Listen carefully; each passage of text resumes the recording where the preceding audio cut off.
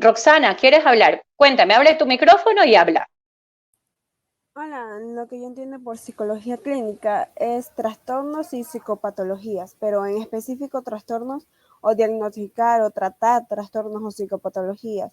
Y siempre me he inclinado desde que ingresé, siempre me he inclinado por la clínica, ya que ese es lo que me quiero especializar desde que ingresé.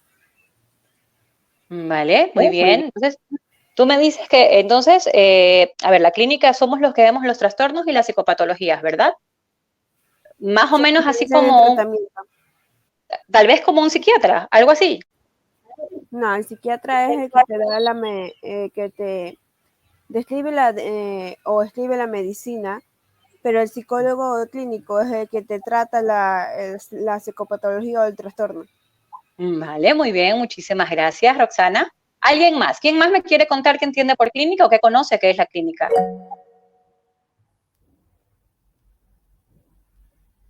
¿Pretty?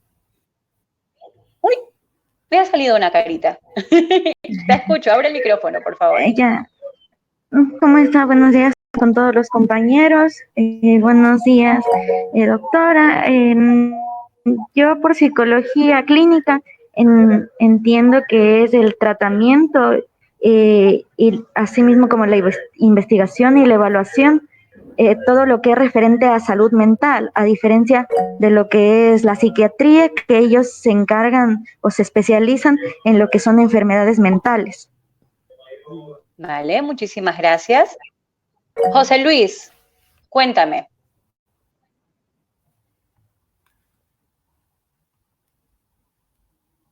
José Luis me parece que leí que iba a hablar. Abre tu micrófono y cuéntanos, Hola. ¿qué es la psicología clínica para ti? Muy buenos días, ante todo. Mi nombre es Muy José buenos días. Luis. Bueno, tengo entendido de que es una rama parte de la psicología, ¿no? Que se encarga de lo que es investigar, evaluar y más que todo diagnosticar algún proceso dentro del ser humano, ¿no? Y la manera de cómo poder tratarlo por medio del diálogo y de llegar a un proceso, ¿no? Vale, muchísimas gracias. Habían dos compañeras que querían hablar, pero se me han olvidado sus nombres. ¿Será que una era Priscila? ¿Será?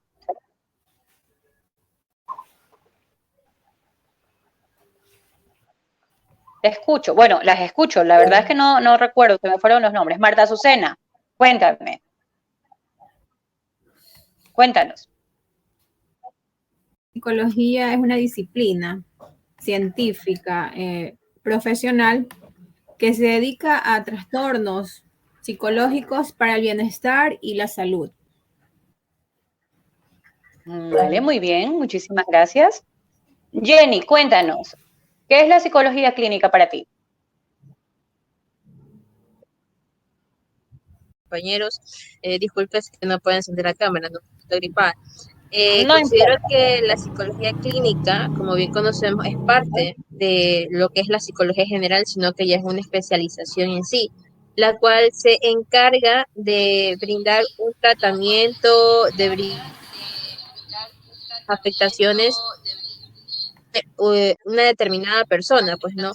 Claramente estas afectaciones de tu salud mental no son graves o para que tenga que ser los psiquiatras, son personas que estudiaron medicina y especializaron en lo que es salud mental.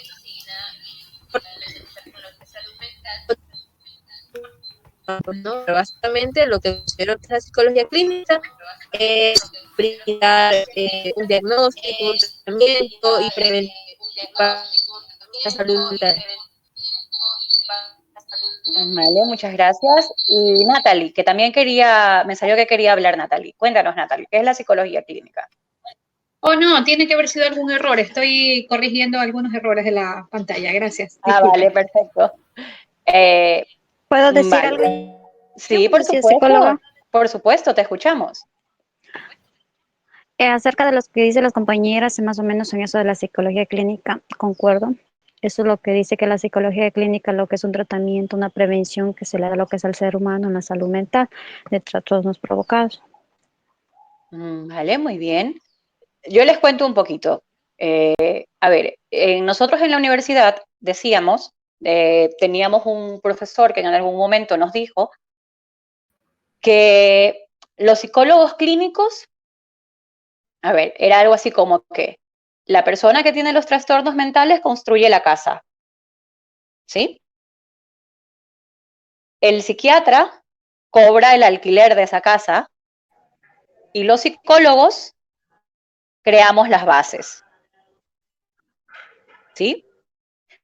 ¿Qué quiere decir esto? Que como nos han contado algunos de ustedes, los psicólogos clínicos, a diferencia de los psiquiatras, lo que hacemos es ir a la base del trastorno. No solamente nos quedamos en el síntoma, en la enfermedad, sino que vamos a lo que produce ese síntoma. El psiquiatra medica, eso quiere decir que el psiquiatra va a atacar directamente el síntoma, pero el psicólogo va al origen del síntoma. Esa es una de las razones por las cuales pues, la psicología clínica es muy vasta y es distinta a las otras especialidades que existen dentro de la psicología, ¿sí? Les pido un minutito porque he logrado ya conectarme a la máquina, me he conectado ya al ordenador y me voy a desconectar del móvil para volver a entrar, ¿sí? Les pido disculpas y denme un minuto para poder entrar. Compañeros, disculpen la interrupción. En el chat les acabo de pasar un formulario para que lo vayan llenando con su registro de asistencia. Este es el de ingreso. Casi al término vamos a enviar uno que es para reportar la salida del primer día. Muchas gracias.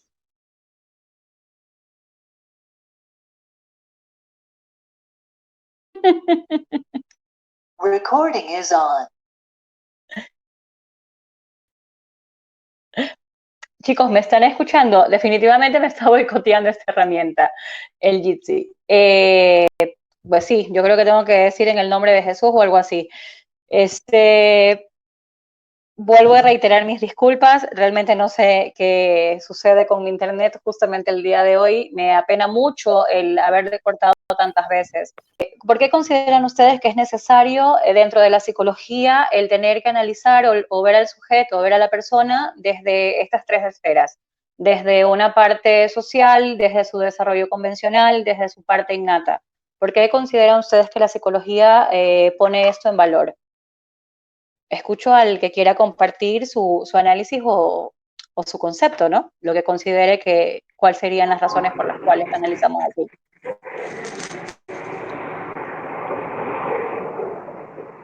Hola, hola. Lo escucho, sí, te escucho. Así, el análisis, el análisis, perdón, del sujeto es un análisis integral que tiene que hacerse en todos los aspectos de su vida, porque el individuo es un ser psicosocial y en base a ese desenvolvimiento que él tiene en la sociedad es lo que determinará si existe o no un trastorno o una psicopatología que se vaya a derivarlo en algo mucho más grave, pues, ¿no? Vale. Por eso yo creo que la psicología clínica, propiamente como usted mencionó anteriormente, que se basa en buscar el origen del trastorno, el origen de la patología que surge en el individuo, tiene que hacer esas bases, tanto social, individual y emocional, para de esa manera buscar un tratamiento, una viabilización de un tratamiento mucho más integral. Ese es mi aporte. Vale, muchísimas gracias. Paulina, ¿tú qué quieres hablar? ¿Por qué, con lo que dice tu compañero, ¿no? Que es necesario analizar al individuo porque esta es una base importante para la clínica. ¿Tú consideras que esta solo es una base importante para la clínica o podría ser una base importante para las otras especialidades que tiene la psicología?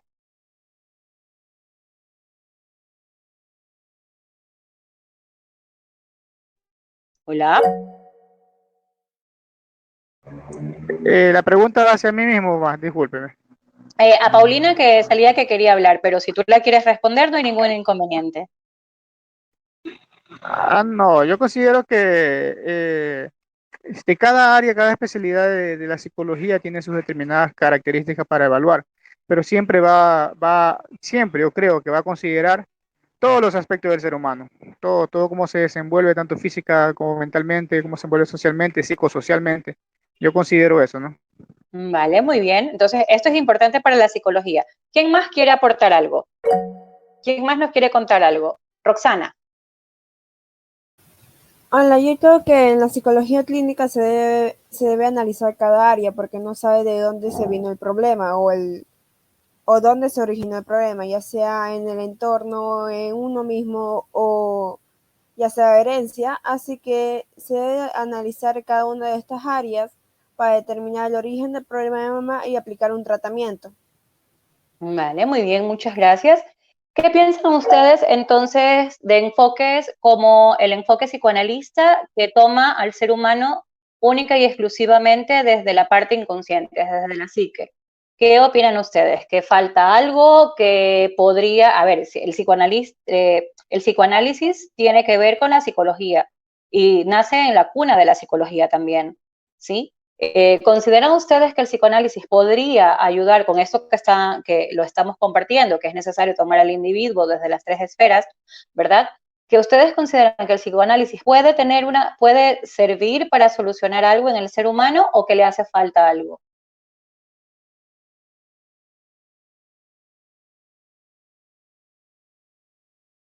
Sí, decimos que es necesario evaluar y analizar al ser humano desde las tres esferas. Disculpe que hable tanto más. No hay Este, el, problema, psico- tú, el psicoanálisis es viable porque permite ver la parte interior del ser humano, qué piensa, cómo esos pensamientos llevan a desarrollar cierta actividad al individuo, su estructura psíquica se da y cuáles son las falencias que existen en esa estructura psíquica que lo llevan al individuo a comportarse de cierta manera. Por eso creo que el psicoanálisis es una de las bases fundamentales para entender el comportamiento del individuo. Vale, muy bien. Claro, porque partimos de la premisa que el psicoanálisis nace en la cuna de la psicología también, ¿sí? ¿Qué pasa entonces con toda- todas aquellas ramas que parten de la psicología clínica? Tomamos en consideración entonces que la psicología clínica estudia los factores psicológicos y, como decía hace un momento una de las compañeras, estudia lo que tiene que ver con los trastornos, tanto desde la parte positiva como la parte negativa del ser humano, ¿sí? Como la parte donde el síntoma ya produce una enfermedad, donde ya produce una patología. ¿Conocen ustedes, chicos, qué ramas o qué otras especialidades nacen desde la psicología clínica? ¿Qué otros estudios están desde la psicología clínica?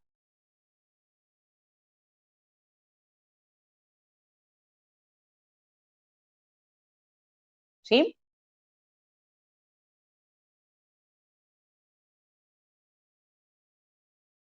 ¿No? ¿Algo? Que no hay respuestas negativas, ¿ah? Que Creo todos que aprenden. nace, disculpe, creo que Sí, nace sí, también dímelo.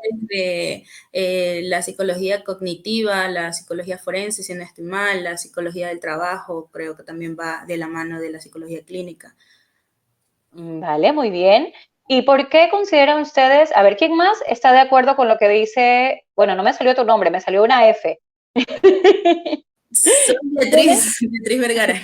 Beatriz, ¿quién está de acuerdo con lo que dice Beatriz? Que de la psicología clínica, al ser esta una ciencia, ¿verdad? O una rama de la psicología, una especialidad de la psicología que estudia los comportamientos del ser humano, los inicios, las emociones, las percepciones, las patologías, las enfermedades, los trastornos, los síndromes, podría derivar en otras especialidades, perdón.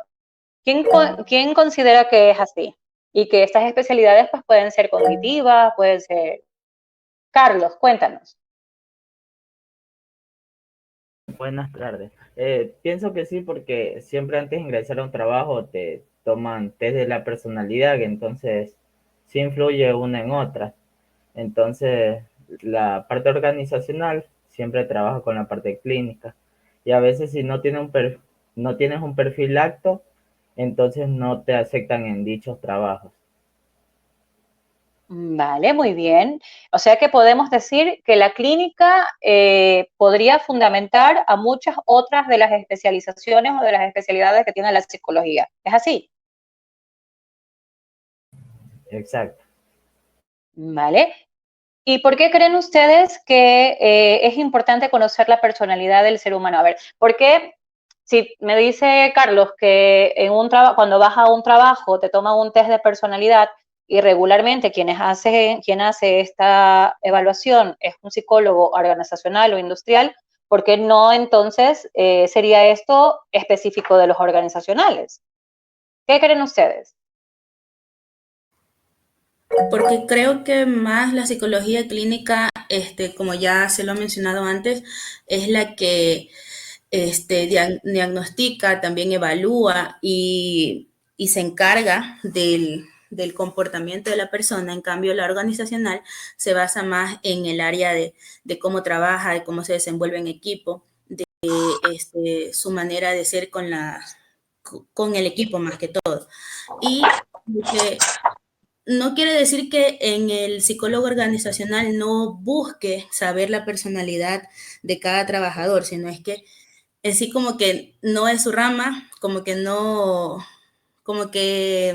sé cómo explicarlo, como que en sí ella más se va a regir a lo que él o el trabajador se va a basar en qué le va a dar a la empresa. Claro, como decíamos hace un momento, ¿no?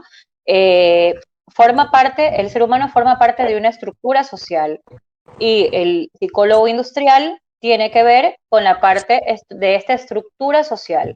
El psicólogo educativo tiene que ver con la parte de la estructura cognitiva o la estructura educacional.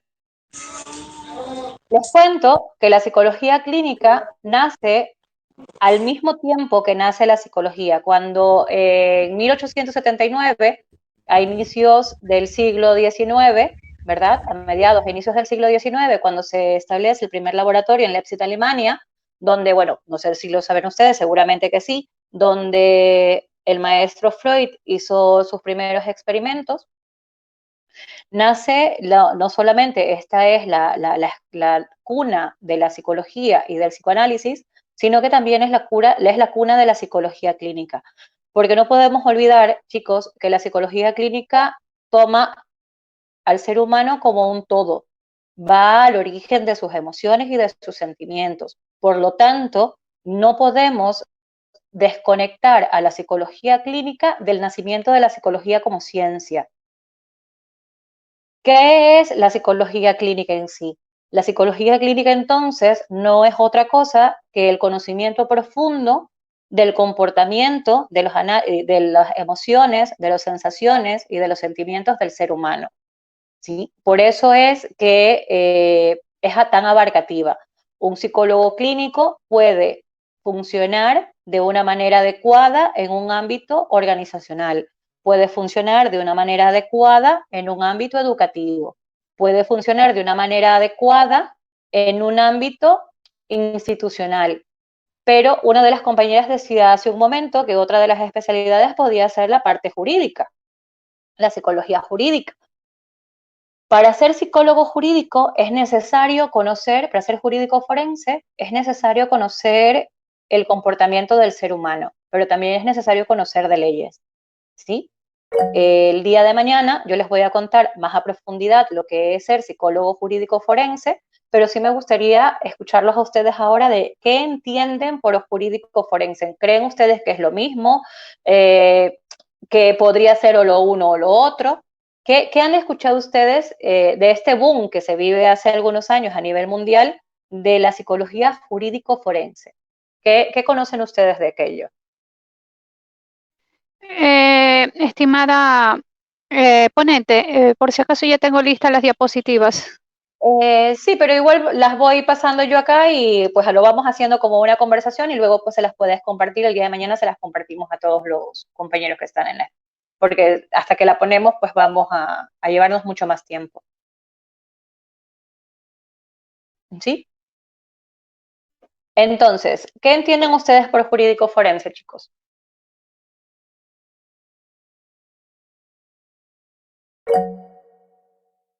Roxana.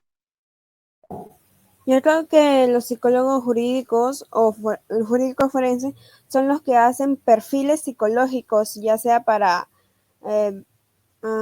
atestiguar a un testimonio o verificarle a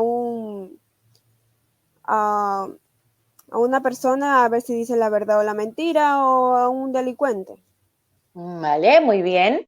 ¿Alguien más que tenga otra idea de lo que es ser jurídico forense, Cintia?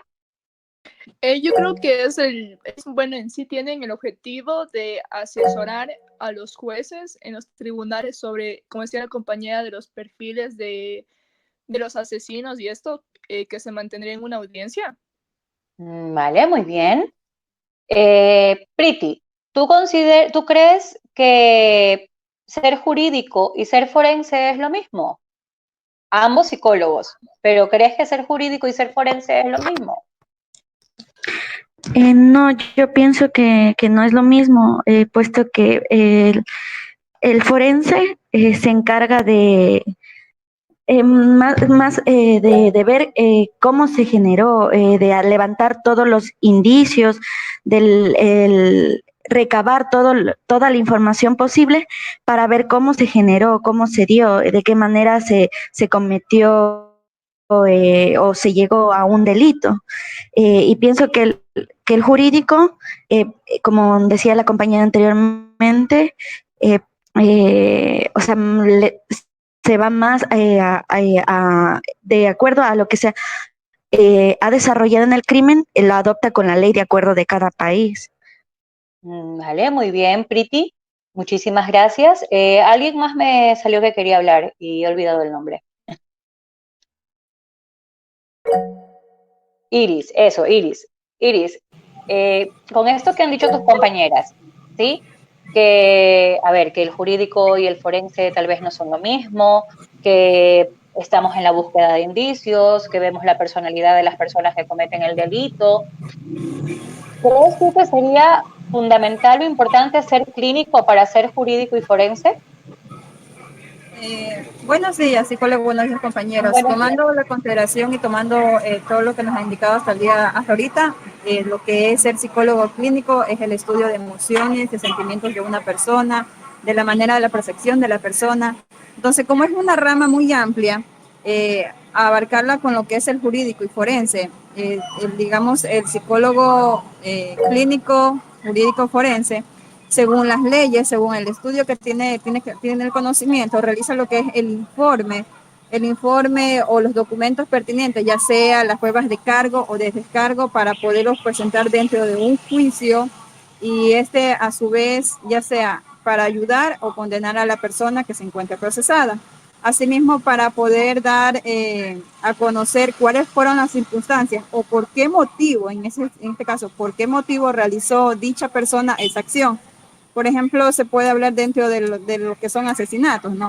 Hay personas que se les estudia por sus percepciones, y al momento de tener un informe para poderlo presentar ante el juez, aquí abarca lo que es el psicólogo clínico, jurídico, ya que tiene conocimiento tanto del ámbito legal, que serían las leyes, y del ámbito forense, que sería el estudio de todos los indicios que se recabó en la escena, y también el estudio de la persona, de sus emociones y de sus sentimientos. Eso es lo que yo entiendo con el tema que estamos hablando. Vale, Iris, muchísimas gracias. Carlos Jurado, me decía que quería hablar. Carlos, ¿qué herramientas clínicas, verdad, crees tú que es pertinente conocer? ¿Cuáles son las herramientas clínicas? ¿Conoces tú de algunas? Buenas tardes, buenos días. Buen día. Bueno, en cuanto a la psicología clínica, como decían los compañeros, tiene mucho que ver con la psicología forense o la psicología judicial.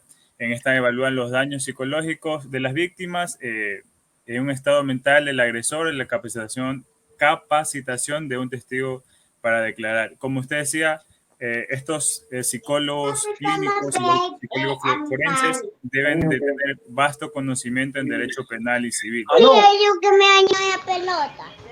¿Qué más, pues, jefe? Porfa, el micrófono de alguno.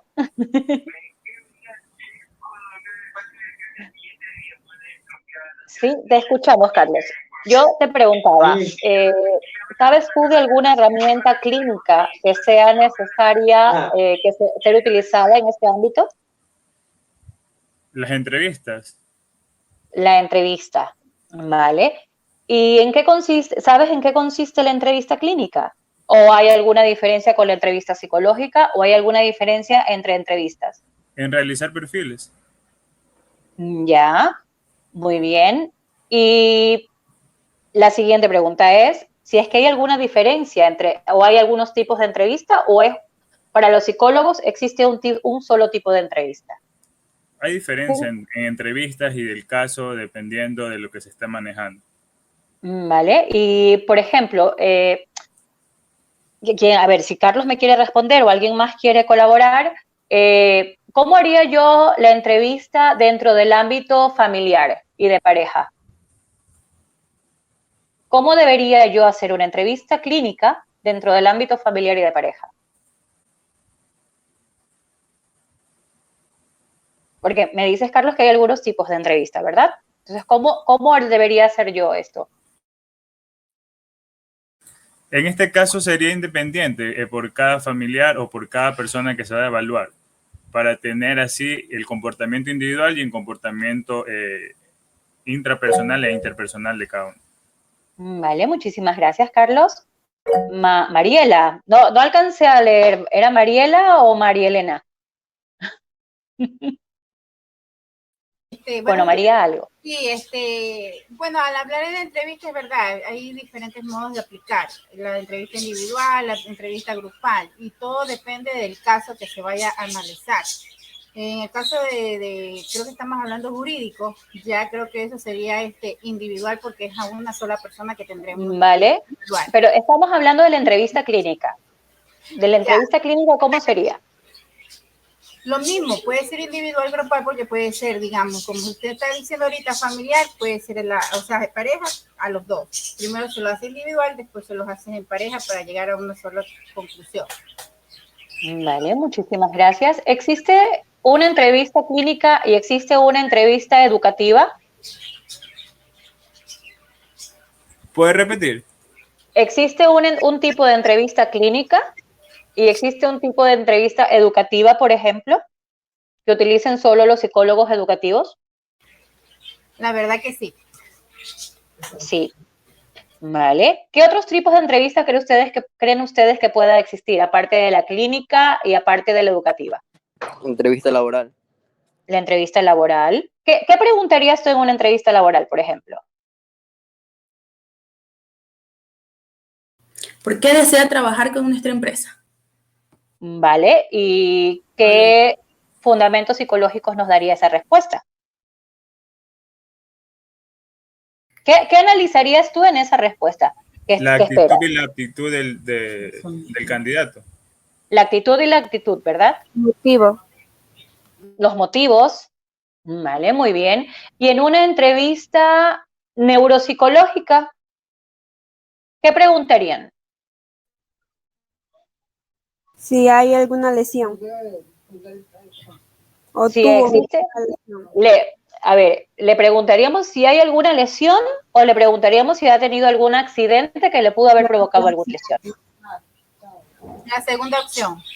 ¿Verdad? ¿Algún accidente? ¿Por qué les hago estas preguntas, chicos? Porque habíamos dicho hace unos minutos atrás que existían algunos ámbitos en los que se desarrollan a partir de la psicología clínica, ¿sí? Entre ellos, pues decían las compañeras que era el ámbito educativo, el ámbito cognitivo, el ámbito familiar, y el ámbito forense. Claro, el ámbito forense es el que tiene el mayor boom en este momento, es el más reconocido, podríamos decir, de una u otra manera, ya que por fin se considera a la psicología como una herramienta fundamental dentro del ámbito jurídico.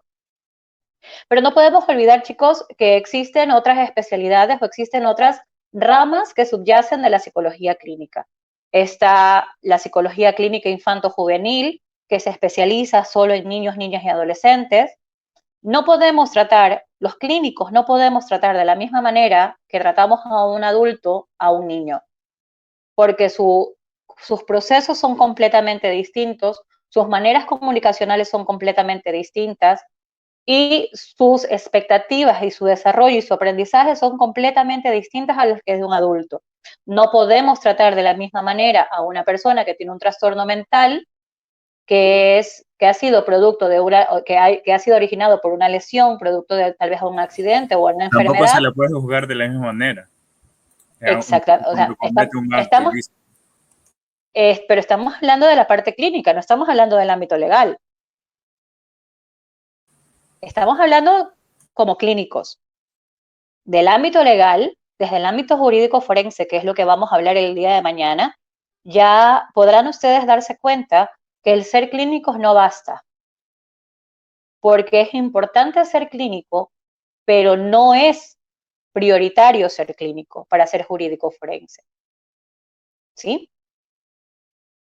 Entonces, cuando la psicología clínica nace a inicios con la ciencia como tal, luego se van dando cuenta que es necesario, en base a estas individualidades, a estas particularidades de cada grupo etario, de cada grupo social, de cada condición, de analizar al sujeto, de analizar a la persona desde estas tres esferas que le decía, biopsicosocial, se van dando cuenta que existían algunas especialidades. Y claro, todos queremos, o puede ser que nos llame mucho la atención ser clínicos, pero también debemos decidir a qué subrama podemos especializarnos.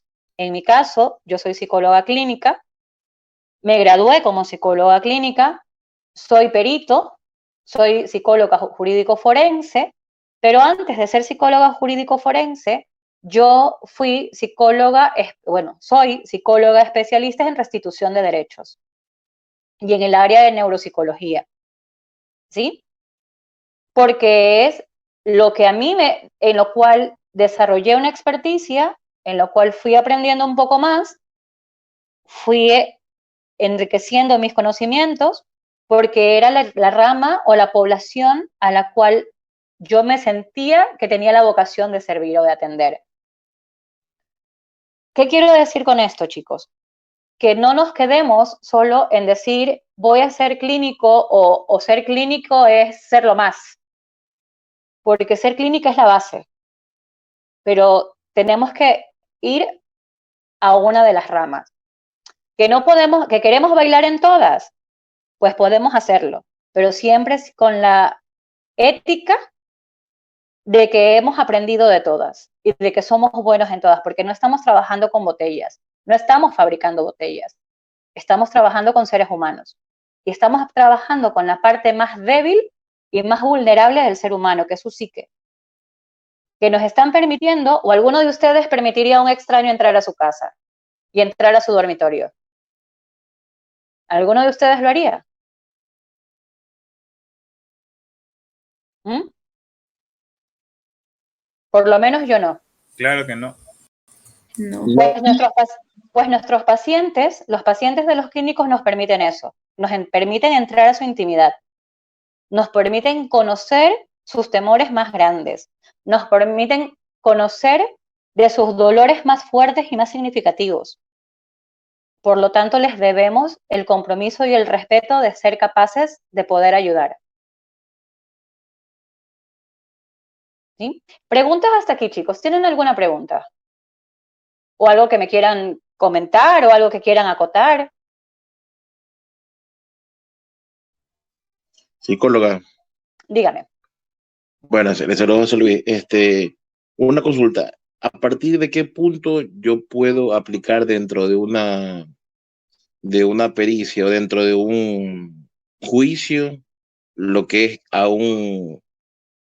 un procesado se le realice un estudio psicológico? ¿A partir de qué momento? Bueno, eso ya es del ámbito jurídico. ¿Usted es abogado?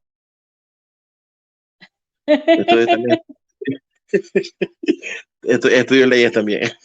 Ah, mire, que los vuelo a lo lejos. A ver, dentro de, bueno, lo que nos estamos pasando de tema, después de qué vamos a hablar mañana, no tenemos mucho de qué hablar el día de mañana también. A ver, dentro del ámbito jurídico, en el momento en que se piden las pruebas, no las pueden pedir los abogados de parte, tanto de la parte denunciada como la de parte denunciante, como desde la fiscalía, pueden solicitar estas pruebas, pero estas pruebas solamente las califican los jueces, ¿sí? No los abogados pueden pedir pruebas de parte, pero son calificadas por los jueces. Los jueces son los que deben asegurar el momento procesal oportuno para poder realizar la prueba. En el caso de las víctimas de violencia, ¿sí? Esto ya está dado de oficio. En el momento en que una víctima pone una denuncia, inmediatamente se otorgan las medidas de protección e inmediatamente se ejecuta la toma de las pruebas psicológicas médicas y de trabajo social. En los casos de los juzgados de familia, como desde la parte civil, ¿verdad? Tienen que ser pruebas calificadas por el juez. No sé si he respondido a su pregunta, señor abogado. Miss, una preguntita. Dígame. Es decir, nosotros los futuros psicólogos hacemos informes para los jueces. Así es. Y ellos son los que dan el veredicto, así. No. No entiendo. Veo que les llama mucho la atención más que la parte clínica, la parte jurídica. Claro, A ver. En la actualidad, aquí en el Ecuador, pues trabajamos ahora. Bueno, en el Ecuador y en el resto del mundo, gracias a Dios, pero es importante, chicos, que conozcan la parte clínica, que se sensibilicen con la parte clínica, ¿sí? Antes de entrar a cualquiera otra de las especialidades o cualquier otra de las ramas, siendo esta jurídica o no. El perito, los psicólogos ser perito es ser experto en tu profesión o experto en un tema determinado. Existen peritos, no solamente psicólogos, sino existen peritos médicos, existen peritos arquitectos, existen peritos traductores, porque la palabra perito no es otra cosa que calificar la experticia de alguien, ¿sí? Para ser perito calificado por el Consejo de la Judicatura, debes tener más de 5 años trabajando en el tema en el cual te vas a calificar como tal, como perito. En mi caso, para calificarme como perito del Consejo de la Judicatura, como perito psicóloga clínica del Consejo de la Judicatura, tuve que demostrar que tenía esta experticia. Y tengo, pues como les comenté al inicio, tengo ya más de 10 años trabajando en restitución de derechos con víctimas de violencia. Tengo trabajando con grupos vulnerables de atención prioritaria. Entonces, respondiendo a tu pregunta, los jueces son los que ofician a los peritos, más no los fiscales ni los abogados de las partes. Un abogado puede pedirle a un psicólogo clínico, ¿verdad? A ver, ¿qué sucede en nuestro país actualmente y desde hace algunos años atrás? Los abogados se presentan a los juicios o se presentan a las demandas o se presentan a los procesos con pruebas que no son sustanciales dentro del proceso legal. ¿Qué quiere decir esto? Que van donde, por ejemplo, Carlos Luis, que ya es psicólogo clínico, que está trabajando, y le dicen, mira, necesito que me hagas una evaluación de la personalidad de esta persona, de este sujeto, de María. Entonces, claro, viene Carlos Luis como psicólogo clínico, pues toma una batería de test, hace una entrevista clínica, no tiene un objetivo pericial claro, porque claro, no es perito, practica las pruebas, la batería de test, la entrevista, elabora un informe, ¿verdad? Pero ese informe no tiene un peso jurídico, porque no lo ha dispuesto un juez, y porque quien aplicó esto no era un perito. Es un psicólogo clínico, sí, y tiene un código del Ministerio de Salud Pública, porque tampoco pueden ejercer sin el código sanitario, sin el código del Ministerio de Salud Pública. Ya no es necesario estar colegiados para ser clínicos, ni para ser organizacionales, ni para ser educativos, es necesario estar colegiado. Pero sí es requisito indispensable el tener el código sanitario que te lo otorga el Ministerio de Salud Pública, porque somos personal sanitario. Pero aún así, teniendo ese código, nuestro informe no tiene un peso legal.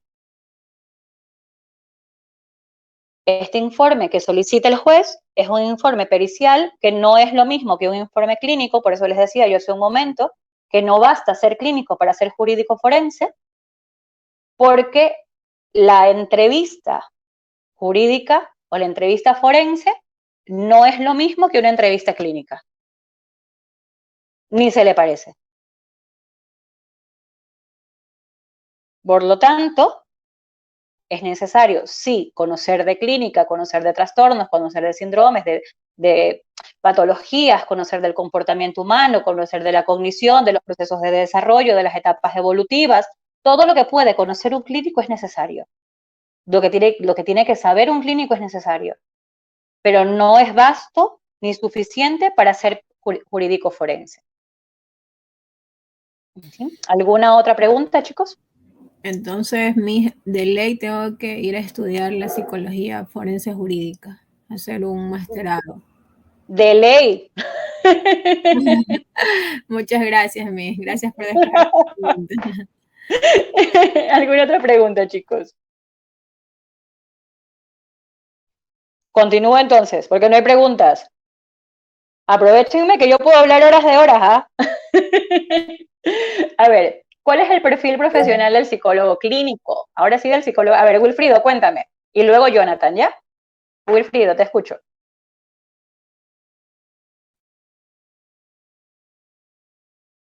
Wilfrido. No le funciona el micrófono a Wilfrido, creo. Lo tiene bloqueado. Vale, Jonathan, entonces, hasta que Wilfrido desbloquee su micrófono. ¿Qué tiempo dura el masterado de psicología forense? ¿Qué cosa? Disculpa, no te escuché. ¿Qué tiempo dura el masterado de psicología jurídica forense? Depende de dónde lo hagas. Regularmente en Ecuador una maestría dura aproximadamente 2 años. Si lo haces en Argentina, dura 1 año y medio. Bueno, lo que te demores haciendo, realmente, a ver, aparte de las clases son casi 2 años en Ecuador, pero es lo que te demores haciendo la tesis. Te puedes demorar 5 años haciendo la tesis y tu maestría no habrá terminado. Es dependiendo de la tesis entregada. Exacto. Claro, es que no eres magíster hasta que no sustentas tu tesis. Te la puede corregir tu tutor 20.000 veces hasta que no quede perfecta. Y luego de eso tienes que sustentarla. Lo que es el tiempo estimado, lo que se estima en condiciones adecuadas y bueno, a mí la palabra normal realmente no me gusta, pero en condiciones adecuadas lo que se estima conveniente son 2 años. Ok, mis gracias. ¿Ese era Jonathan o era Wilfrido? Era Jonathan. Jonathan, listo. Wilfrido no pudo desbloquear su micrófono.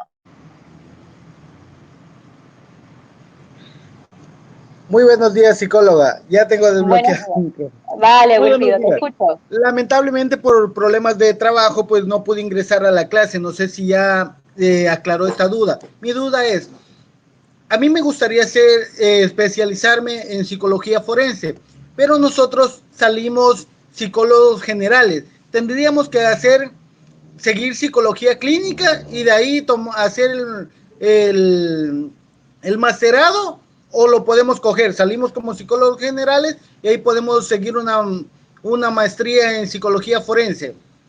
Mira, depende del pensum. Ahora en Ecuador está la maestría de la Universidad de Otavalo. Creo que creo que van en la 3ª corte.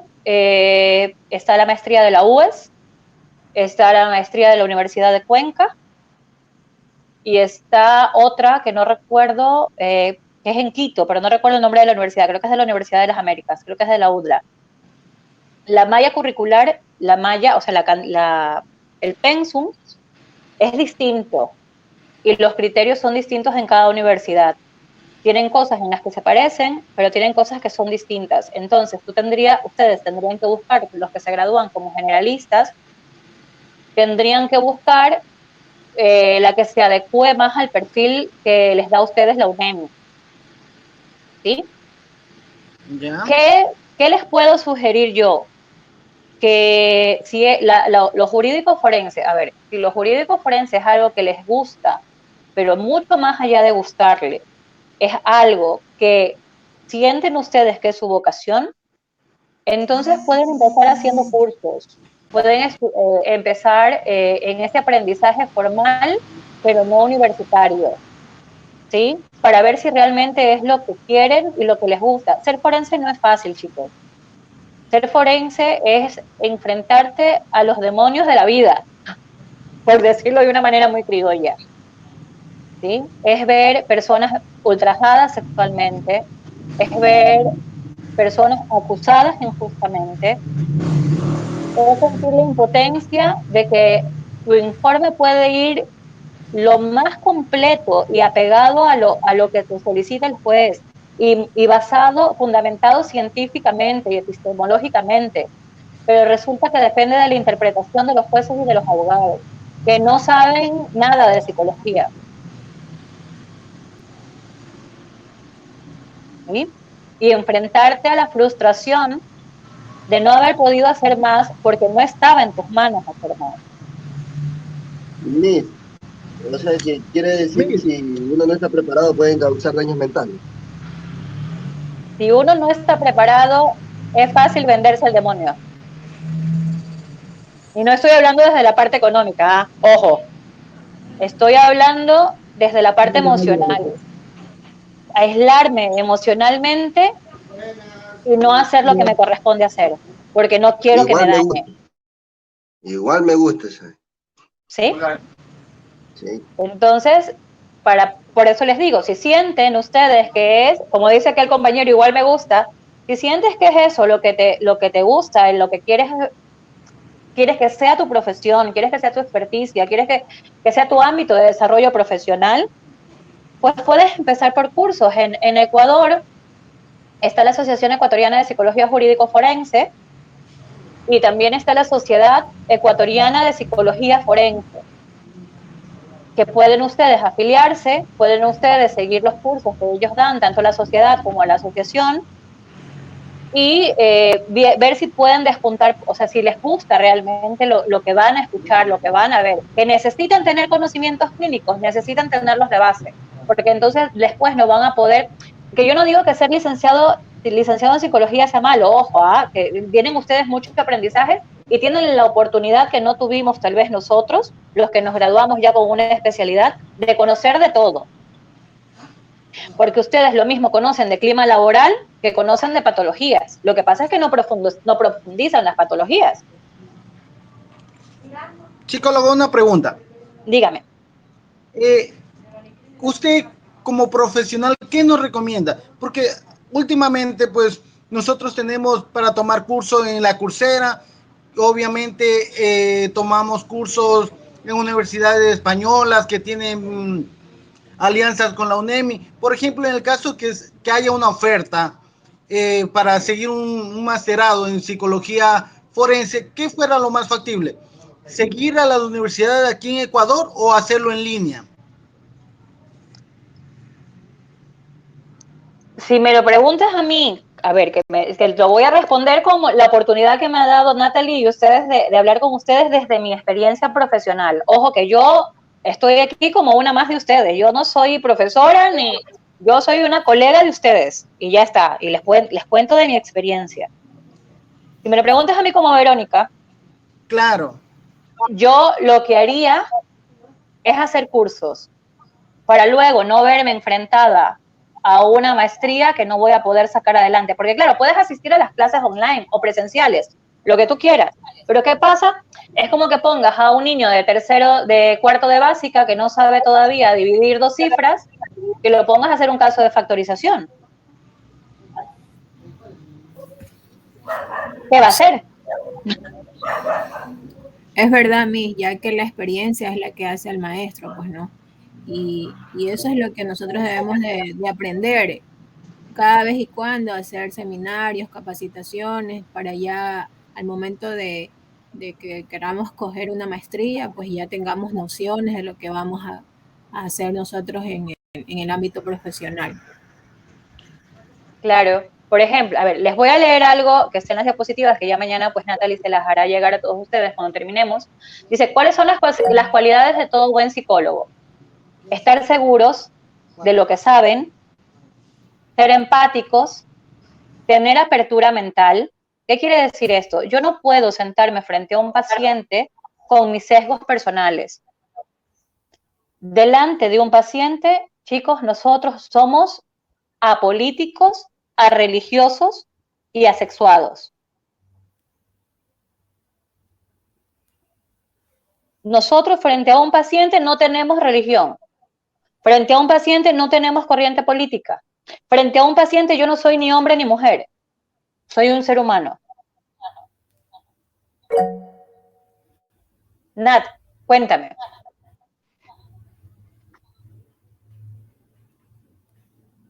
Te escucho.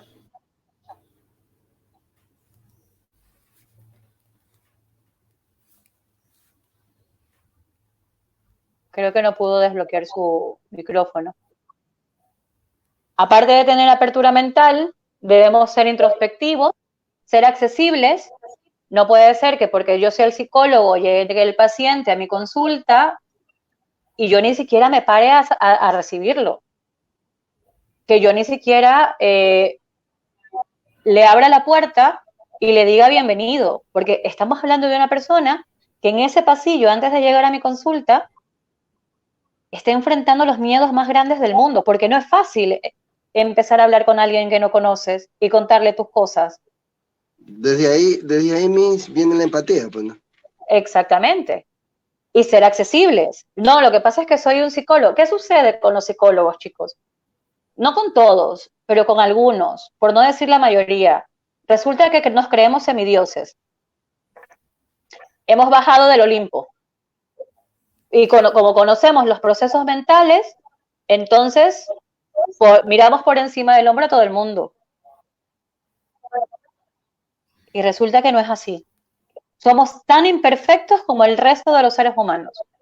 Lo que pasa es que hemos estudiado algo y estamos en continuo aprendizaje, porque resulta que el ser humano no viene con un manual. No es lo mismo que yo sea ingeniera en sistemas, que yo sé que el ordenador que hoy me ha hecho la vida de cuadritos, que yo sé que si aplasto 3, 4 teclas lo arreglo. Pero ¿y el ser humano qué le hago? Si cada ser humano es un mundo. El psicólogo está en continuo aprendizaje, igual el psicólogo clínico. ¿Sí? El psicólogo tiene que saber escuchar. Yo me he enfrentado a colegas que hablan y hablan y hablan y hablan y jamás escuchan a sus pacientes. Un buen psicólogo, o otra de las cualidades que tiene que tener el psicólogo es ser un buen comunicador. Comunicar no es hablar. Nosotros comunicamos con el cuerpo, comunicamos con las expresiones, comunicamos hasta con nuestros silencios. ¿Qué pasa si viene un paciente a mi consulta y me dice que le ha sido infiel a su pareja? Y yo estoy en silencio, pero resulta que le alzo una ceja así. ¿Qué creen ustedes que sentiría el paciente si yo estoy así, con esta cara? No sé si todos me ven. Lenguaje corporal. Incomodidad. Incomodidad. Lo está juzgando. Usted lo está juzgando con su lenguaje corporal sin decirle nada. Juzgación. ¿Y estoy comunicando o no estoy comunicando en silencio? Claro. Sí, lenguaje corporal. En vez de una crítica. Exacto. Entonces el psicólogo tiene que ser un buen comunicador, no solamente porque habla bonito o porque habla bastante, o porque habla con términos técnicos. He visto colegas, a ver, ustedes me han escuchado el día de hoy y ustedes dirían que yo hablo con términos técnicos o que hablo criollamente. Términos criolla, ¿verdad? Muy criolla. Mixto, por ahí va. Porque claro, es que hubiera sido muy fácil para mí citar 3 autores, hablar de 4 teorías, pero a mí no me han dicho que les dé una clase de fundamentos teóricos de la psicología. A mí me han pedido que les cuente mis experiencias y que converse con ustedes. ¿Y yo por qué voy a conversar con alguien desde los términos técnicos y científicos? Aunque ustedes sean casi psicólogos como yo, que seguramente si le hablo en términos técnicos y científicos me van a entender, me voy a hacer entender. Miss, también podemos decir que nosotros vamos a aprender de los mismos pacientes. Por supuesto, aprendemos de los pacientes.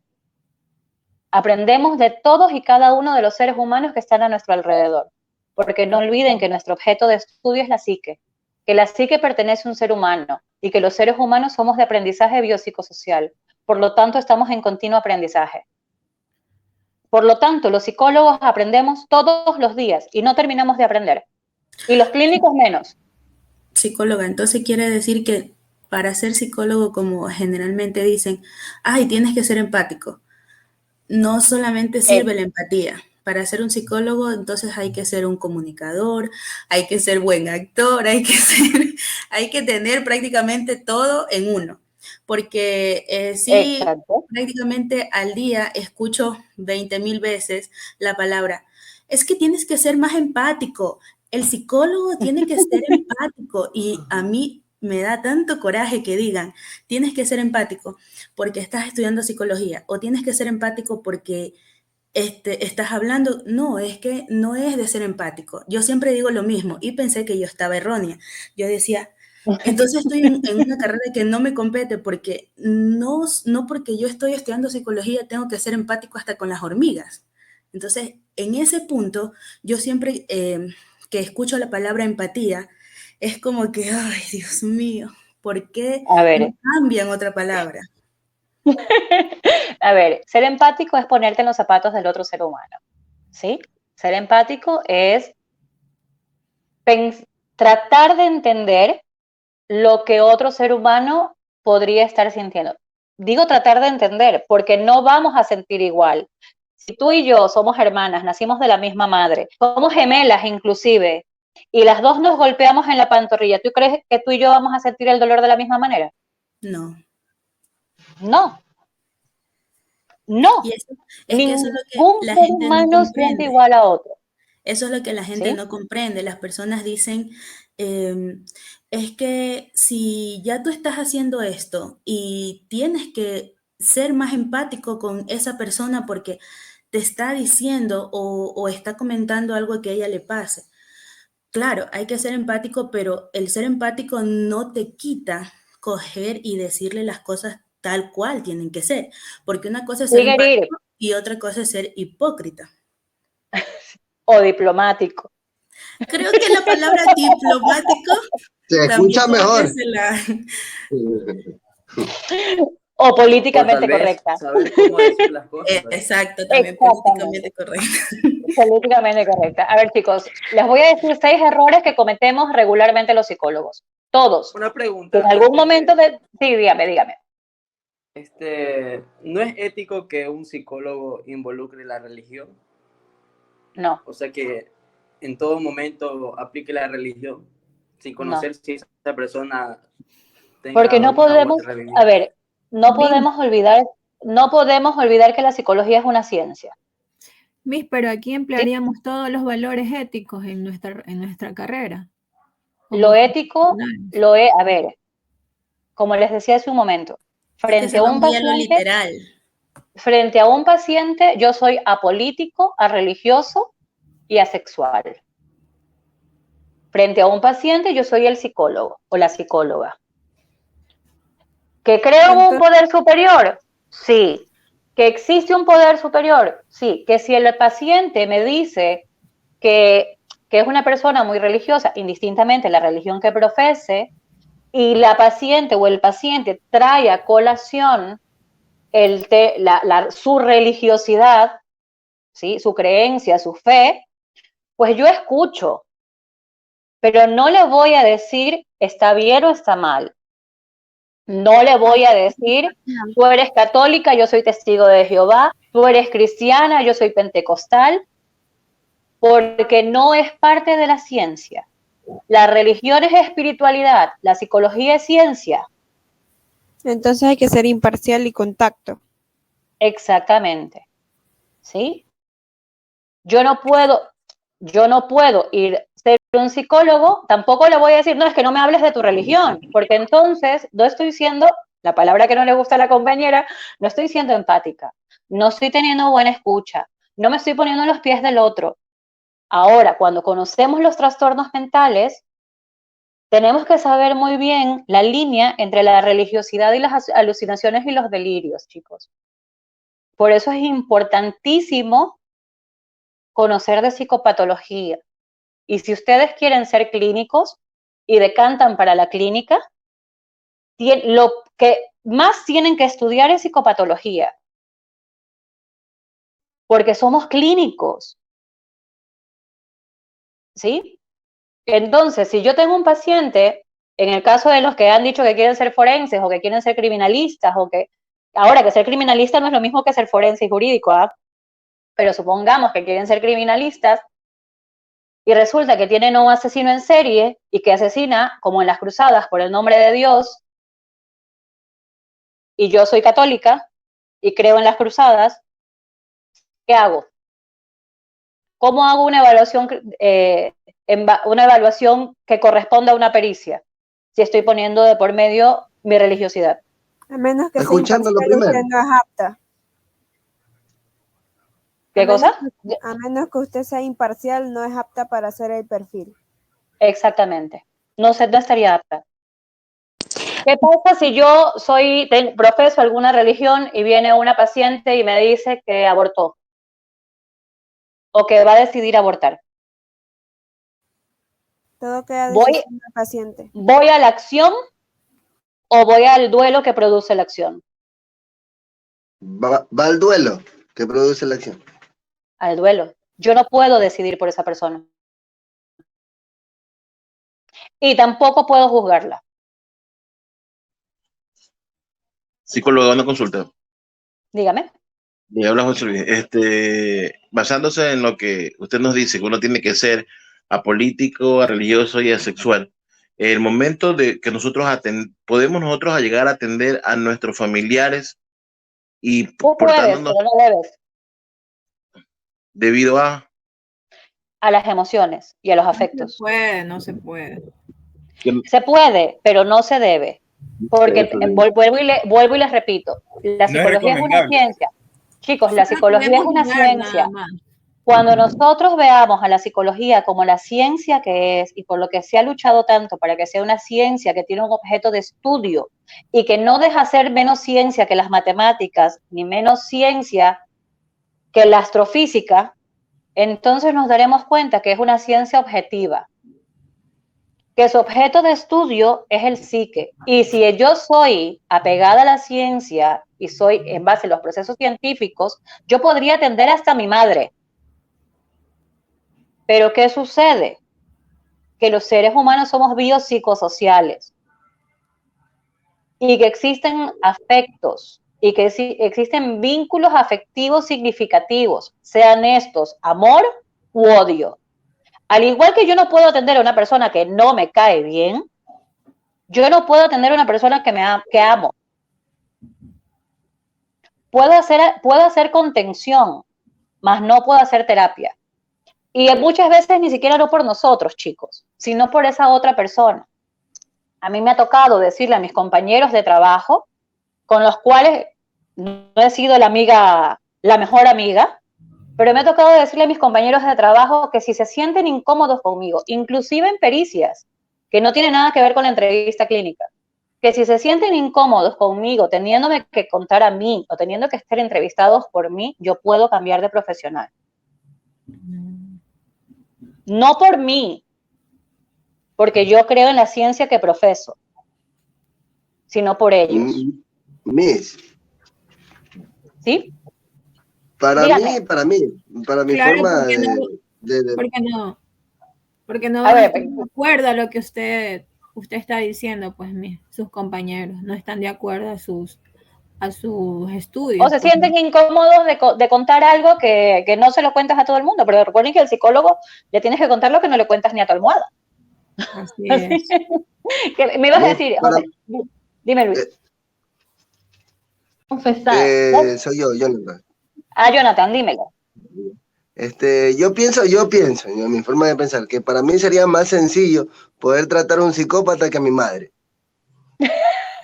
Pobrecita a tu madre. ¿Por qué dice eso, hijo mío? No, por Dios. Ya se pasa. Estuvo fuerte. Jonathan, que no te escuche tu madre. Si no, luego se hereda, le quita el apellido.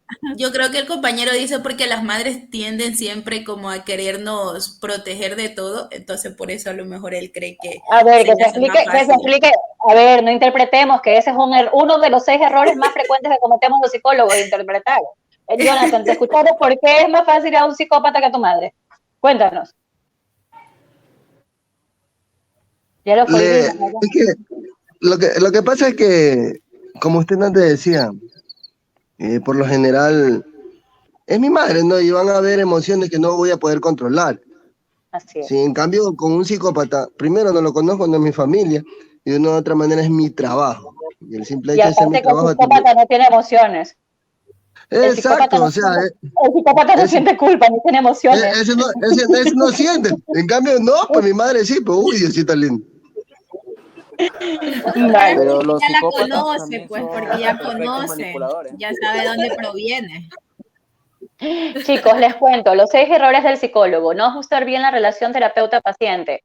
Terapeuta-paciente, no somos amigos, no somos colegas. El psicólogo no aconseja. Quien diga que va a un psicólogo para que lo aconseje, o quien sea psicólogo y diga que va a aconsejar a sus pacientes, que se regrese al primer semestre. El psicólogo, chicos, no aconseja, orienta. Yo aconsejo a mi hijo, yo aconsejo a mi madre, yo aconsejo a mis amigos, porque los consejos son dados en base a las experiencias propias. Y yo a mis pacientes no les voy a contar mi vida. Correcto.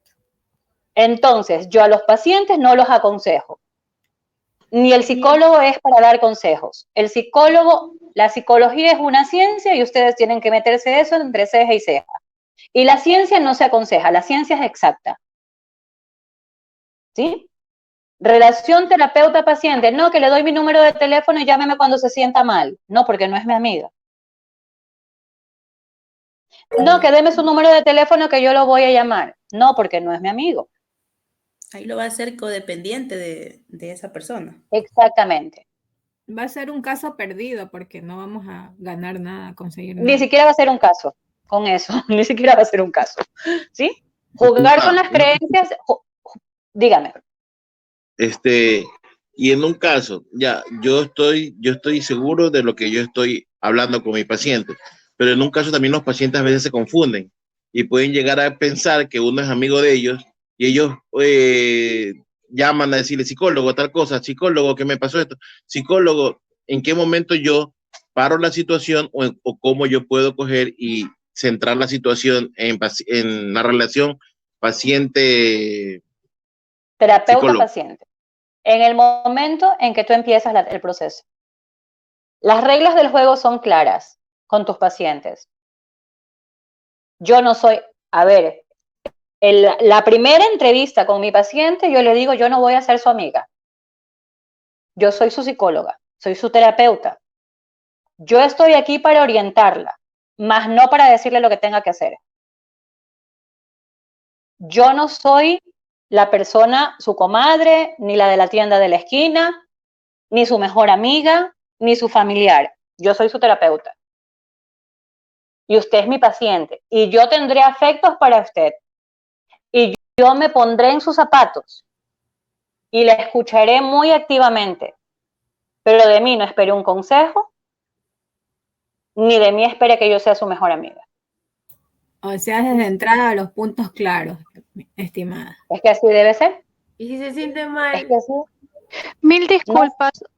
Si me les robo un minuto, ya está puesto en el chat el registro de salida para los asistentes del día de hoy. O sea, eso quiere decir que ya nos están votando, chicos. ¿Vieron? Ya nos pasamos 20 minutos. No, querida psicóloga. No, usted puede seguir. El tiempo es suyo y nosotros lo tomamos y lo robamos. Yo estoy recuperando el tiempo perdido, chicos. La verdad es que sentía mucha culpa por todo lo que mi ordenador ha hecho el día de hoy. Me ha hecho quedar mal. A ver, siguiente error. Hablando de culpa, disculpe. Dígame. Para un psicólogo, ¿qué tiempo es recomendable asistir a uno? Porque yo sé que cuando yo he hecho, mira, que yo tengo ya ejerciendo, ya les he dicho, más de 15 años. Y yo he hecho 5 procesos psicoterapéuticos. 5. Mi primer proceso lo hice antes de graduarme. El segundo lo hice 1 año y medio después o 2 años después. Y de ahí pues he ido haciendo siempre con la misma psicóloga y he ido haciendo como que reforzamientos, porque claro, yo trabajo con temas complicados. Yo trabajo con víctimas de violencia. Y siempre he trabajado con población vulnerable. Entonces, si ya a estas alturas, a mis 44 años, no estoy medio cucú, bueno, aunque sí estoy, pero eso ya estaba antes de estudiar psicología, pero si no estoy a estas alturas de la vida como que muy cargada, es justamente por los procesos psicoterapéuticos. Y muy buena pregunta la que has hecho. Es ético y es ser responsables profesionalmente el hacer sus propios procesos. Porque no se puede evitar la contratransferencia. O sea, llega un momento en tu ejercicio profesional de que va a haber contratransferencia. O porque estás muy cargado, o porque las historias, yo a veces digo, las historias de vida se repiten solo que con diferentes actores. ¿Sí? Entonces, es necesario que hagas tu proceso individual, tu propio proceso. Pero en su momento oportuno. Cuando sientas que lo necesitas. Yo pensé que era responsable de mi parte hacerlo antes de graduarme de psicóloga, lo hice en 4º año, lo empecé en 4º año, de ahí me boté del proceso, porque claro, aunque seamos psicólogos, igual sentimos, bueno, en ese tiempo no era psicóloga todavía, era estudiante, pero sentimos que nos conocemos pues el alfabeto completo, y es duro enfrentarte a tus propios fantasmas. Entonces yo lo empecé en 4º año, lo abandoné durante 6 meses, y lo retomé en 5º. Mijo, una pregunta. Para nosotros llegar a ser los profesionales, tenemos que despojarnos de muchas cosas que en sí, durante el tiempo de estudio, estamos cargados, porque somos individuos erróneos, pues, ¿no? Erramos. Tenemos que despojarnos en sí de tantas cosas. Bueno, la carrera nos va enseñando, pues, ¿no? La carrera no te enseña nada más que lo que sea es la ciencia. Oh, ya. La carrera no les enseña nada. Son las experiencias que nos enseñan. Es la ética lo que te lo enseña. Es la ética, exactamente. Es la ética lo que te enseña a lo que sí y lo que no. Lo que debe ser y lo que no puede ser. Es el ser responsable con la profesión que has elegido. Y es ser responsable con esos seres humanos que confían en ti. Tenemos Por que eso, ser de vocación, entonces. Así es. Amar. Por eso otro de los errores es juzgar la creencia de tus pacientes. El psicólogo se siente en una situación de poder juzgar. Que venga un paciente y me diga, no, lo que pasa es que mi hijo está ojeado y yo le he pasado una semana tengo pasándole el huevo a las 6 de la tarde y a las 6 de la mañana. Yo puedo creer como no puedo creer en eso que ella está haciendo. Pero no le voy a decir, oiga, ¿y usted que está loca? ¿Por qué hace eso? Así no se va a curar, llévelo al psicólogo o llévelo al médico. No podemos juzgar las creencias, igual como hablábamos de la religión.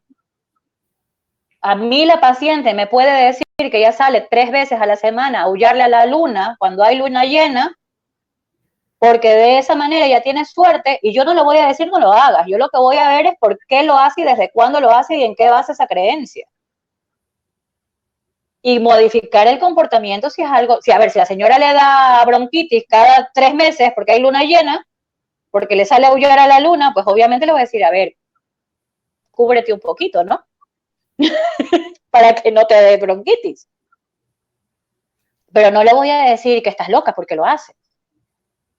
Tengo que ir, como les decía al inicio, a la base del síntoma, no al síntoma como tal. Porque sí, a lo mejor puede ser que tenga algún trastorno, pero a lo mejor puede ser que sea solo una creencia, que sea aprendida, históricamente, culturalmente aprendida. Entonces no me puedo meter con esas creencias, al igual que no me puedo meter con la religión. No practicar la escucha activa. Doctora, lo que pasa es que sí, pero a ver, no, de eso no estábamos hablando, María. Usted me estaba contando la vez pasada de cómo su esposo le fue infiel. No, pero es que mi hijo, no, pero es que yo no quiero escuchar eso, dígamelo de su esposo. ¿Estoy escuchando a la paciente? No. Resulta que hasta hace una semana atrás su síntoma era las infidelidades de su marido, pero yo no sé qué le ha pasado ahora con su hijo, y es su prioridad. Y si me tengo que pasar 45 minutos hablando de lo que les pasó a su hijo, pues me voy. Total es el tiempo de la paciente, no es el mío. O sea, en esos 45 minutos mi prioridad es... ¿Puedo hablar? Dígame. Ese sería uno de los errores del psicólogo al inicio de realizar digamos, su entrevista. Como por ejemplo, a mí me dijo un psicólogo que no se debe delimitar el motivo de la consulta o darlo por hecho. O sea, no tenemos que dejar de volver a preguntar cómo se encuentra, cómo va todo. O sea, no porque lo pregunté en la primera sesión, a la segunda vez no la voy a preguntar. Porque en la repetición está el éxito, ¿no? Porque ahí uno se da cuenta si la persona puede que mienta o puede que diga la verdad. A ver, chicos, yo, primero, que mi paciente siempre me va a decir la verdad. Yo no estoy para juzgar si él me miente o me dice la verdad. A mí mi paciente siempre me va a decir la verdad. Aunque yo me dé cuenta que él me está mintiendo, ¿ah? Pero para mí, él siempre me va a decir la verdad. No es que mi paciente me va a decir, no, doctor, es que es de noche y son las 3 de la tarde con tremendo sol en Guayaquil.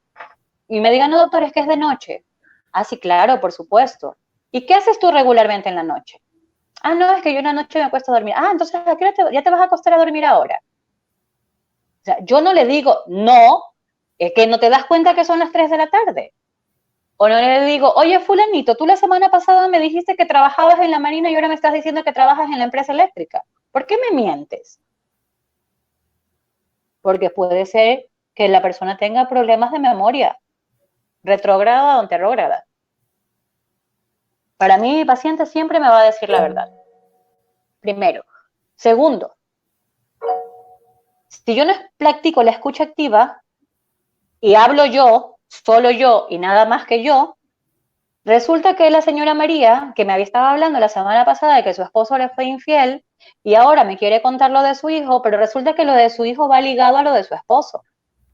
Pero resulta que su hijo ha hecho el síntoma de la infidelidad de su esposo y no me permito conocer lo que ella me quiere contar, porque la entrevista o la sesión ya de psicoterapia se divide en son 45 minutos máximo. Los primeros 5 minutos son de resumen de la consulta anterior. A ver, los primeros 5 minutos son de saludo. Los 5 minutos siguientes, el resumen de la consulta anterior. Ahí van 10. De 20 a 25 minutos, la entrevista de hoy o lo que ella me quiera contar el día de hoy. Y los últimos 5 o 10 minutos de la tarea que yo le voy a mandar a casa, con la cual voy a empezar en la siguiente consulta al minuto 6. Y esa es la estructura de la consulta psicológica, de la consulta clínica. 5 minutos de saludo, que pueden ser 3, que cómo te ha ido, cómo has pasado, Pedrito, ¿cómo estás? ¿Cómo te ha ido? ¿Cómo te fue en el trabajo? Ay, qué chévere, ¿qué hiciste ayer? Ah, tal cosa, no, mira, para que se sienta cómodo, porque no va a venir la persona y se va a sentar directamente y decir, bueno, la semana pasada estuvimos hablando de esto y de esto y de esto. Y que hablábamos de hace un momento, que tengo que ser empático, que tengo que ser cordial, que no puedo estar por encima de mi paciente. ¿Cómo lo hago? Si ni bien se sienta, ya le estoy diciendo, bueno, sígueme contando. O sea, eres una grabadora que te voy a poner play y me vas a tener que contar todo lo que yo quiero que me cuentes. Ese paciente no regresa. ¿Sí? O hablo mucho. Ese es otro de los errores. Hablo mucho y hablo de mí. Ah, no, señor. Ah, don Pedro, pero lo que pasa es que le cuento que mi tío tenía lo mismo que usted. Y claro, él cogió y dejó a la mujer, don Pedro, y le cuento, no, pero es que yo estudié en la universidad y yo estudié. Claro, y me paso 20 minutos hablando de mi vida, de mis hijos, de mi familia, ¿y el paciente en qué momento? Si el paciente no es mi amigo, ¿es mi paciente? ¿Sí? o le digo al paciente lo que tiene que hacer. Bueno, señora Juana, usted sale de aquí, va y se enfrenta a su marido o se enfrenta a su hijo y le dice a su hijo que si no le va a dar para la comida todas las semanas, se va a tener que ir de la casa porque usted no puede seguirlo manteniendo, porque eso a usted le está ocasionando dolores de cabeza. ¿Lo va a hacer? Ese paciente tampoco va a regresar. Y no le estoy solucionando la vida, se la estoy complicando. Debemos de transmitir seguridad, Miss. Así es. Seguridad es lo que yo sé, y lo que yo sé es la ciencia. Es lo único que yo sé. Porque yo no sé ella que vive en el día a día, o él que vive en el día a día, o el niño a lo que se está enfrentando en el colegio. Yo no le puedo decir a una persona que va por un duelo, entiendo tu dolor. No, mentira, no lo entiendo, no lo sé. Yo no he perdido ese ser querido. Lo siento mucho, entiendo tu dolor. No, no lo entiendo. Intento entenderlo. Estoy aquí para acompañarte. No sé, no logro imaginar cómo te estás sintiendo, pero quiero que sepas que estoy aquí.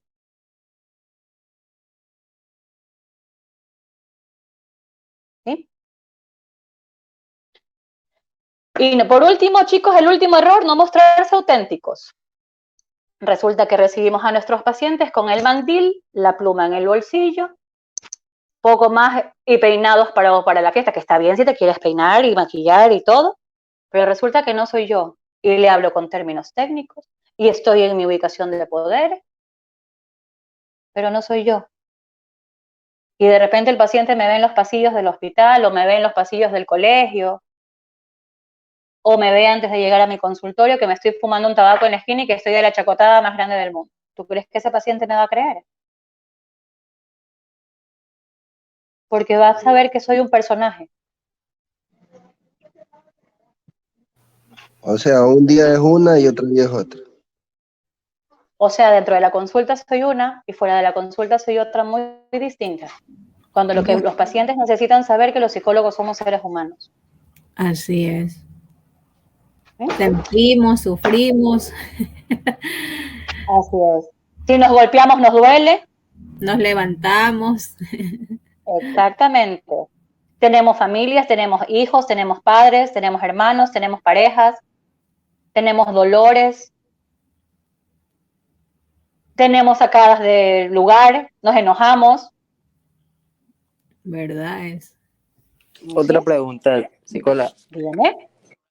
De acuerdo, es que yo hace algún tiempo estuve en una ponencia y ¿Sí? se trataba sobre tratar a adictos. Entonces, Vale. cuando había una persona que había superado esta adicción, comentaba que su psicólogo era como que muy criollo y le decía como que eres un imbécil, eres un bobo, tienes que darte cuenta de que tienes en tu casa todo lo que necesitas, tu madre, amor y todo lo demás. Y ese psicólogo estaba ahí mismo. Y esta persona dice que eso le sirvió mucho para superar esa adicción. Pero hay otros que lo reprimen. Entonces, ¿eso también es ético?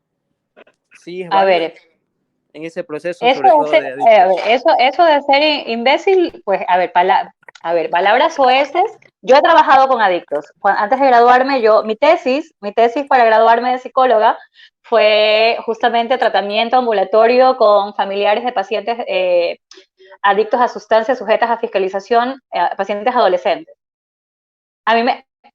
Soy sincera, si no es trabajo con violencia, a mí me encanta trabajar con adictos. ¿Pero por qué me gusta trabajar con adictos en rehabilitación? Porque no los tengo que tratar con pinzas. Porque claro, no les voy a decir imbéciles, pero sí les puedo decir tonto. O sea, hay una jerga en el campo de la rehabilitación, que es que entre los psicólogos que trabajamos en rehabilitación, que es que al adicto tú lo puedes lanzar al piso, darle 2 patazos y volverlo a levantar. Porque es lo que necesita. Porque ellos han vivido la condescendencia de su familia y el dolor de su familia. Porque sus coadictos, sus codependientes, viven a través de la vida de ellos. Respiran, miran y hablan a través de sus sentidos. Entonces, lo que yo le digo a mis pacientes siempre es, a ver, tú de mí no vas a esperar 2 palmotazos en la espalda. Yo no te voy a decir, ay, pobrecito de ti, que ay, como te entiendo, que no te han querido, que no te han celebrado el cumpleaños, porque para irte a drogar, tú no le pediste permiso a tu madre. No le dijiste a tu padre que te le ibas a coger el dinero de la billetera. Fuiste y lo hiciste y te valió un cacahuate. Así que de mí no esperes un palmotazo en la espalda. Claro, y ante ese no coadicto, pues obviamente ellos ya saben que están frente a una figura de poder, una figura de autoridad, que no la van a manipular, porque el adicto es un enfermo mental que es manipulador. Y necesitan saber de alguien que no van a poder manipular para que pueda direccionarlos y orientarlos. Claro, que después cuando ya han pasado y ya entran a esa etapa zanahoria, que digo yo, bueno, que decimos algunos de los psicólogos que trabajamos en rehabilitación, que se vuelven súper zanahorias, se vuelven mansas ovejitas, pues entonces ahí sí, ellos necesitan cariño. Obviamente se les da cariño, se les da comprensión y todo, pero al principio es más o menos de lanzarlo contra la pared y volverlo a sentar en la silla frente en el consultorio, más o menos así. Pero eso lo van aprendiendo con la práctica. Eso no lo va, por favor, no lo vayan a hacer en un primer momento porque entonces se puedan meter en un lío. No lo empleen, compañeros, todavía. Justo antes de la práctica. No lo hagan hasta que no se sientan. A ver, que el conocimiento a uno le da poder, pero ese poder no tiene que ser mal interpretado. Tienes que saber cómo usarlo. Es el poder del conocimiento en base a la ayuda que vas a dar a tu paciente, no es a sentirte más que tu paciente. Ser equilibrados más que todo, Miss. Sí. Así es. Bueno, cierto chicos, tiempo. No sé si haya más preguntas, pero las preguntas que hayan, guárdalas para mañana, porque acá ya son las 7:30 de la noche. ¿Dónde está usted? ¿Dónde se encuentra, Miss? ¿Dónde se encuentra, psicóloga? Estoy en Toledo, estoy en España. Ah, está en España. Ah, joder. Joder, hostia. Hostia mismo. ¿Qué tal el clima por allá? Bueno, mucho frío, no me ven que estoy con abrigo. Estamos ahorita a 15 grados. Oh, ya. Sí. Ha sido un gusto. Bueno, yo les agradezco muchísimo, muchísimo, muchísimo. Muchas gracias por su paciencia, por haber aguantado todo lo que me hizo el ordenador hoy día. Espero que mañana funcione. Mañana entramos directo a lo que es psicología jurídico-forense, que es lo que les apasiona y les llama mucho la atención ahorita. Todas las preguntas y todo lo que quieran saber, apúntenlo para mañana. Nos encontramos 10 en punto de la mañana, con diapositivas o sin diapositivas, me da igual. Lo hacemos igual que ahora en conversación y espero pues que pasen un resto de día muy bueno. ¿Sí?